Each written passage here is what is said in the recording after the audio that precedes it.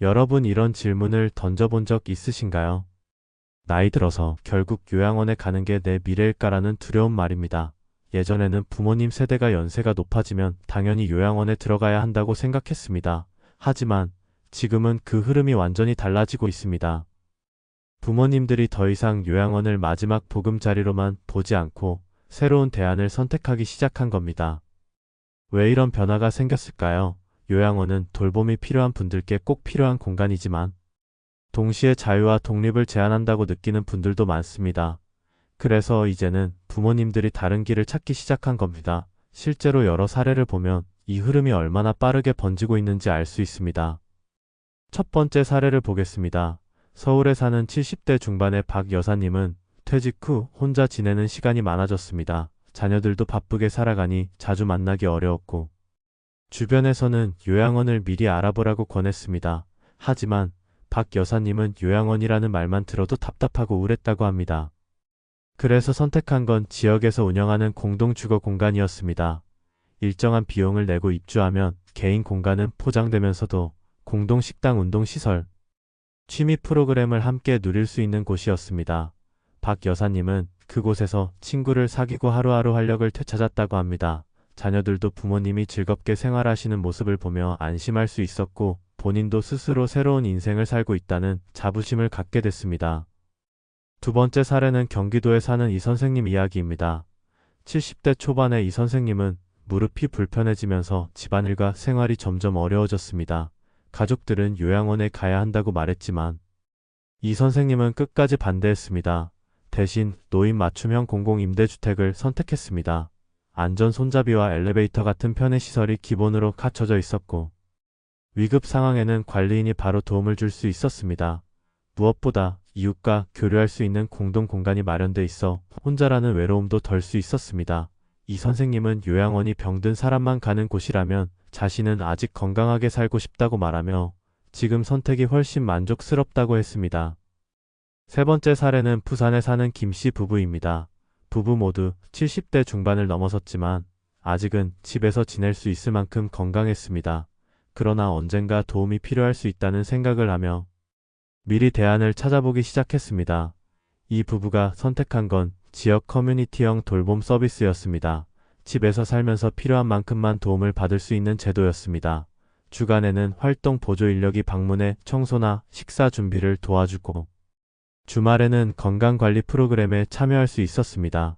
덕분에 집을 떠나지 않고도 안정감을 얻을 수 있었고 자녀에게 부담을 주지 않으면서 독립적인 생활을 이어갈 수 있었습니다. 김 씨 부부는 이렇게 말했습니다. 나이가 들어도 내 집을 지키고 싶고 자녀에게 짐이 되고 싶지 않다. 그래서 이 방식이 가장 마음에 든다고요. 이 세 가지 사례에서 공통적으로 알 수 있는 점이 있습니다. 바로 요양원이라는 선택지만 있는 것이 아니라는 겁니다. 이제는 공동주거 공간 노인 맞춤형 공공주택 재가 돌봄 서비스처럼 다양한 대안이 마련되어 있습니다. 그리고 이 흐름은 앞으로 더 확대될 가능성이 큽니다. 왜냐하면 정부와 지자체가 기존의 요양원 중심 정책에서 벗어나 다양한 주거와 돌봄 모델을 지원하고 있기 때문입니다. 여기서 중요한 건 이런 제도가 이미 우리 주변에서 실행되고 있다는 사실입니다. 문제는 많은 분들이 이런 제도를 잘 모른다는 겁니다. 알지 못하면 당연히 요양원만 떠올리게 되고 막상 필요할 때 준비가 안 된 상태에서 선택할 수밖에 없습니다. 그래서 필요한 건 미리 아는 것 그리고 준비하는 것입니다. 첫 번째로 해야 할 일은 내가 살고 있는 지역에서 어떤 주거 대안과 돌봄 제도가 운영되고 있는지 알아보는 겁니다. 지자체 복지과나 노인복지센터를 통해서 정보를 얻을 수 있습니다. 두 번째는 미리 체험하고 신청해보는 겁니다. 이런 제도는 대기자가 많을 수 있어서 빨리 알아보는 게 유리합니다. 세 번째는 가족과 충분히 대화하는 것입니다. 부모님 세대가 원하는 삶의 방식과 자녀 세대가 안심할 수 있는 방법을 함께 조율해야 갈등이 줄어듭니다. 이제 부모님 세대는 더 이상 요양원만이 답이라고 생각하지 않습니다. 실제로 많은 분들이 새로운 선택을 하고 있고 그 결과 더 행복한 노후를 만들어가고 있습니다. 여러분도 이 변화를 그냥 지켜보기만 할 게 아니라 직접 참여하고 준비해야 합니다. 오늘은 사례를 중심으로 부모님 세대가 요양원 대신 어디를 선택하고 있는지 살펴봤습니다. 이제 부모님을 모시는 방식이 달라지고 있습니다. 예전에는 노후를 요양원에서 보내는 것이 당연한 수순처럼 여겨졌지만 최근에는 전혀 다른 흐름이 나타나고 있습니다. 부모님 스스로 요양원을 거부하거나 자녀들이 다른 대안을 찾으면서 새로운 선택지가 빠르게 늘어나고 있는 것입니다. 이 변화는 단순한 유행이 아니라 사회적 배경과 현실적인 이유에서 비롯됩니다. 평균 수명이 늘어나면서 건강하게 보내는 시간이 길어지고 노인 세대 스스로 삶의 질을 중시하기 시작했기 때문입니다. 또한 자녀 세대도 부모님을 더 가까이에서 보살피고 싶어하는 마음이 커지고 있습니다. 문제는 많은 이들이 요양원 대신 선택하는 대안이 무엇인지, 그리고 그 속에서 어떤 전략이 필요한지 잘 모른다는 데 있습니다. 첫 번째 사례를 들어보겠습니다. 몇 해 전 은퇴한 한 60대 남성은 부모님을 요양원에 모실 계획이었습니다. 하지만 막상 상담을 받아보니 시설의 분위기와 생활 패턴이 부모님의 성향과 맞지 않았습니다. 정해진 시간에 밥을 먹고 정해진 프로그램에 참여해야 하는 방식이 오히려 불편하다고 하셨습니다. 결국 그는 부모님을 지역 내 방문 돌봄 서비스와 연결해 드렸습니다. 하루에 몇 시간씩 전문 인력이 집으로 찾아와 간단한 가사와 건강을 챙겨주자 부모님은 낯선 환경에 가지 않아도 되어 만족도가 크게 올랐습니다. 이 가족은 요양원이 아니라 제가 돌봄 서비스라는 새로운 선택을 한 것입니다. 두 번째 사례는 조금 다릅니다. 직장에 다니며 부모님을 모시는 50대 여성은 늘 불안했습니다. 요양원을 보내자니 마음이 불편하고 그렇다고 혼자 돌보기엔 체력과 시간이 부족했습니다. 그러던 중 지역사회복지관에서 운영하는 주간보호센터를 알게 되었습니다. 부모님은 아침에 센터에 가서 다양한 프로그램과 식사를 하고 저녁에 집으로 돌아옵니다.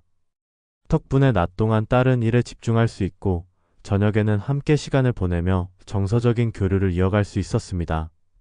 부모님 역시 또래와 어울리며 활력을 얻었고 딸은 죄책감 대신 안도감을 느끼게 되었습니다. 세 번째 사례는 시골에 사는 부부의 이야기입니다. 두 분은 연세가 들어 몸은 불편했지만 굳이 도시의 요양원에 가고 싶지 않았습니다. 그러던 중 지자체에서 운영하는 공동생활형 돌봄 주택에 입주했습니다. 여기서는 비슷한 연령대의 이웃과 함께 생활하면서 돌봄 서비스를 제공받을 수 있습니다. 큰 병원은 아니지만 상시 간호 인력이 있고 응급시 바로 연결되기 때문에 안전합니다. 무엇보다 익숙한 지역을 떠나지 않고 친구 같은 이웃과 함께 지낼 수 있어 만족도가 높습니다. 이 세 가지 사례는 부모님을 요양원에 모시는 것이 더 이상 유일한 답이 아니라는 사실을 보여줍니다.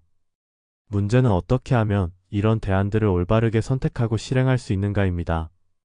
첫째로 부모님의 건강 상태와 생활 습관을 정확히 파악해야 합니다. 단순히 연세가 많다는 이유로 요양원이 필요하다고 단정하기보다는 일상생활의 자립 정도, 만성질환 관리 수준, 사회적 관계망 유지 여부를 종합적으로 살펴야 합니다. 이를 위해 건강검진 결과와 수치의 의견을 참고하고 가족끼리 솔직하게 대화를 나누는 과정이 꼭 필요합니다. 둘째로 지역 내 돌봄 자원을 철저히 조사해야 합니다. 같은 도시 안에서도 동네마다 이용 가능한 서비스가 다르기 때문입니다. 제가 돌봄, 주간보호센터, 공동주거형 서비스 등 어떤 선택지가 있는지 확인하고 직접 방문해 분위기를 살펴보는 것이 중요합니다. 자녀 입장에서는 비용 구조와 운영 방식도 꼼꼼히 비교해야 장기적으로 부담을 줄일 수 있습니다. 셋째로 돌봄 방식은 한번 정하면 끝나는 것이 아니라 계속 조정해야 합니다. 부모님의 건강 상태가 변하면 돌봄의 강도도 달라져야 하고 생활 만족도가 떨어지면 새로운 방식을 모색해야 합니다. 실제로 요양원을 고려하다 제가 돌봄으로 시작했다가 이후 주간보호센터와 병행하는 가족들도 많습니다. 이처럼 유연하게 대응하는 전략이 필요합니다. 넷째로 가장 중요한 것은 부모님의 의견을 존중하는 것입니다. 자녀의 입장에서는 효율성과 편의성을 생각하기 쉽지만 부모님 스스로 원하지 않는 선택을 강요하면 오히려 정서적 상처를 남길 수 있습니다.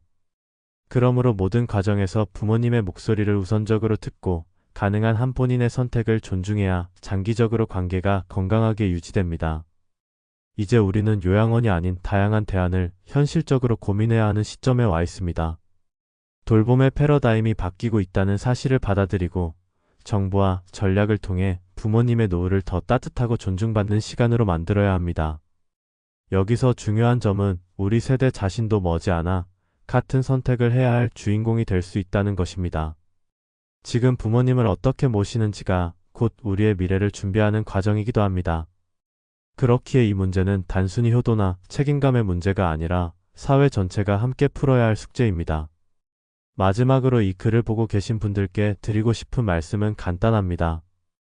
부모님의 노후를 어디서 보낼지에 대한 선택은 단순한 시설의 문제가 아니라 삶의 질을 결정하는 중요한 문제입니다. 우리 모두가 고민하고 대비해야 할 주제이기에 여러분의 의견과 경험이 큰 도움이 됩니다. 구독과 좋아요를 눌러주시면 더 많은 정보를 준비하는 데 힘이 되고 댓글로 여러분의 생각과 이야기를 남겨주시면 함께 지혜를 나눌 수 있습니다.